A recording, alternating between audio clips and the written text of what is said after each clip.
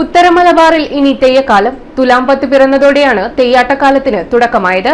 കണ്ണൂരിൽ കൊളച്ചേരി ശ്രീ ചാത്തമ്പള്ളി വിശ്വകണ്ഠൻ ക്ഷേത്രത്തിൽ തിരുമുടി നിവർന്നതോടെയാണ് ഉത്തര മലബാറിലെ തെയ്യാട്ടക്കാലത്തിന് തുടക്കമായത്.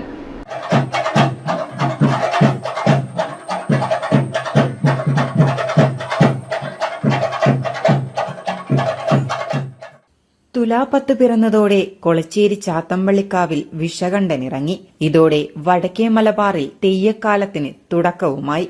അനീതിയുടെ ഇടവഴിയിൽ ചതിയിലൂടെ കൊല ചെയ്യപ്പെട്ട വിഷകണ്ഠൻ തെയ്യമാണ് ചാത്തമ്പള്ളിക്കാവിൽ കെട്ടിയാടുന്നത്. പഴമയും പാരമ്പര്യവും ചേർത്ത് കെട്ടിയ ചെക്കിപ്പൂമാല, അനീതിക്കെതിരെയുള്ള പടപ്പുറപ്പാടിന്റെ ചുവന്ന ഉടയാട, ചായില്യം ചേർത്ത് എഴുതിയ മുഖത്തെഴുത്ത്, കുത്തുവിളക്കിന്റെ കരിമഷി, കുരുത്തോല ചമയങ്ങൾ എല്ലാം ചേർന്നാൽ പ്രകൃതിയായി. അതുതന്നെയാണ് തെയ്യം അഥവാ ദൈവം. തുലാമാസം 10-ാം തീയതി രാവിലെ 4 മണിക്കാണ് കൊളച്ചേരിക്കടുത്ത ചാത്തമ്പള്ളിക്കാവിൽ ചാത്തമ്പള്ളി വിഷകണ്ഠൻ കെട്ടിയാടിയത്. വിഷവൈദ്യ വിശാരദനായ തീയ യുവാവായിരുന്നു ഈ തെയ്യം. തെയ്യം കെട്ടിയാടുന്നതിനു ശേഷം ഈ തെയ്യം കരുമാരില്ലത്ത് നമ്പൂതിരിയുടെ ഇല്ലത്തേക്ക് പോകുന്ന പതിവുണ്ട്. മലബാറിൽ തെയ്യക്കാലം ആരംഭിക്കുന്നത് ഈ തെയ്യത്തിന്റെ തുടക്കത്തോടെയാണ്. കൊളച്ചേരി പ്രദേശത്തെ പ്രമാണിയും പേരുകേട്ട വിഷവൈദ്യനുമായിരുന്നു കരുമാരത്ത് നമ്പൂതിരി. ഒരിക്കൽ അന്നാട്ടിലെ പ്രശസ്തമായ ഒരു കുടുംബത്തിലെ ഏകസന്താനമായ സ്ത്രീക്ക് പാമ്പ് കടിയേൽക്കുകയും നാട്ടുകാരെല്ലാം ചേർന്ന് അവരെ കരുമാരില്ലത്ത് നമ്പൂതിരിയുടെ അടുക്കൽ എത്തിക്കുകയും ചെയ്തു. സ്ത്രീ മരണപ്പെട്ടുവെന്ന് നമ്പൂതിരി വിധി എഴുതിയതിനെ തുടർന്ന് ബന്ധുക്കൾ മൃതശരീരം തിരിച്ചു കൊണ്ടുപോവുകയും ചെയ്തു. എന്നാൽ തീയ സമുദായത്തിൽപ്പെട്ട കണ്ഠൻ ഈ മൃതശരീരം കാണാനിടയാവുകയും സ്ത്രീയുടെ ശവം കാണാൻ ആഗ്രഹം പ്രകടിപ്പിക്കുകയും ചെയ്തു. ശവം കണ്ടതിനു ശേഷം അത് കുളത്തിലിടാൻ കണ്ഠൻ ആവശ്യപ്പെടുകയും കുളത്തിൽ നിന്നും കുമിളകൾ പൊന്തിവരികയാണെങ്കിൽ പുറത്തെടുക്കുവാൻ ആവശ്യപ്പെടുകയും ചെയ്തു. കണ്ഠൻ തെങ്ങിന്റെ മുകളിൽ കയറി കൊലക്കരുത്തെന്ന മന്ത്രം പ്രയോഗിക്കുകയും 3ാമത്തെ കുമിള പൊന്തിയതിനു ശേഷം സ്ത്രീയെ കരയിലേക്കെടുക്കുകയും സ്ത്രീ എഴുന്നേറ്റിരിക്കുകയും ചെയ്തു.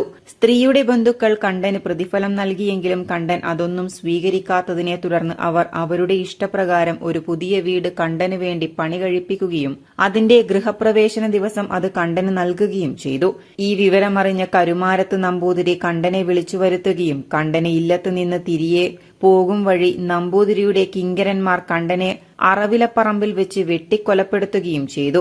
അരുംകൊല ചെയ്യപ്പെട്ട കണ്ഠന് പിന്നീട് പ്രേതമായി കരുമാരത്ത് നമ്പൂതിരിയെ വേട്ടയാടുകയും ഇല്ലത്ത് പ്രശ്നങ്ങൾ നേരിടുകയും ചെയ്തപ്പോൾ അവർ ജ്യോതിഷിയെ കാണുകയും അവരുടെ നിർദ്ദേശപ്രകാരം പരിഹാരമായി വിഷകണ്ഠൻ എന്ന തെയ്യം കെട്ടിയാടാൻ തീരുമാനിക്കുകയും ചെയ്തുവെന്നാണ് ഐതിഹ്യം. അങ്ങനെയാണ് കണ്ഠൻ വിഷകണ്ഠനായി മാറിയത്. വണ്ണാൻ സമുദായക്കാരാണ് ഈ തെയ്യം കെട്ടിയാടുന്നത്. ഇനി വരും ദിവസങ്ങളിൽ കണ്ടനാർക്കേളനായും കതിവന്നൂർ വീരനായും കളരിയാൽ ഭഗവതിയായും വടക്കന്റെ തെയ്യങ്ങൾ ഇനി വർഷത്തിന്റെ പകുതിയോളം ചിലങ്ക കുലുക്കിക്കൊണ്ടേയിരിക്കും.